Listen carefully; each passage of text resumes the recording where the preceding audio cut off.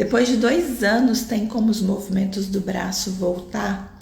Depende de como que você tá depois desses 2 anos, depende de quais estratégias que foram feitas. Sempre quando chega um paciente aqui, a gente avaliou uma paciente há umas 2 semanas atrás com 10 anos de AVC.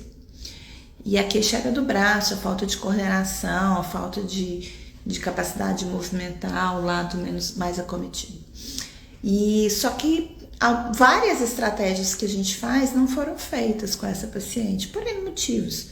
Então ela não teve um direcionamento no tratamento como deveria ter tido.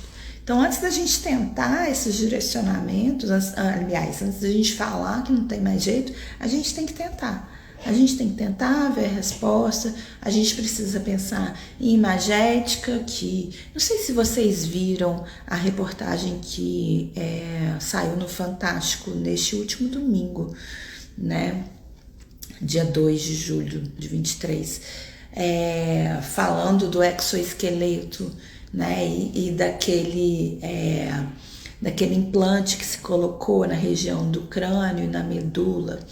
Isso foi bastante interessante. O que me chamou muito a atenção, se vocês não viram, procurem na internet que tem um link, vocês vão conseguir ver.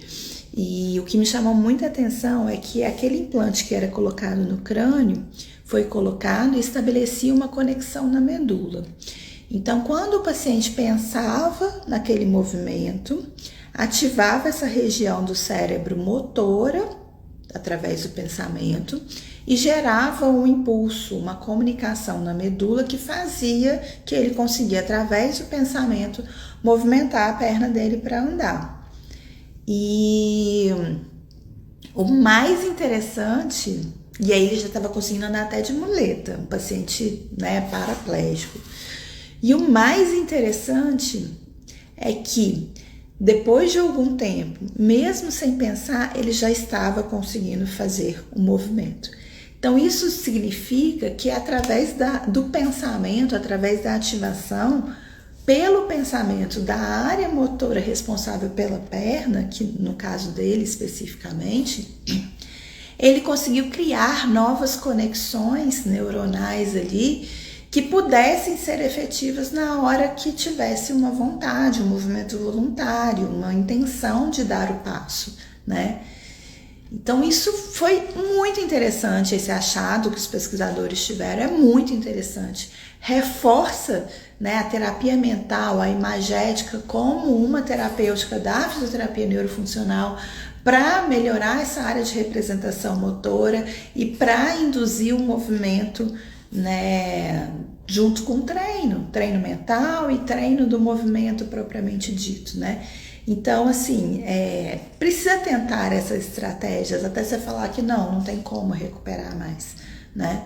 Então, se tiver espasticidade, a gente precisa pensar o que a gente faz para essa espasticidade, mas tentar trazer isso dentro da função do paciente. Eu tenho paciente aqui que está bem melhor de membro inferior, mas de membro superior ainda existe uma dificuldade de utilizar aquele membro superior no dia a dia. A gente está treinando.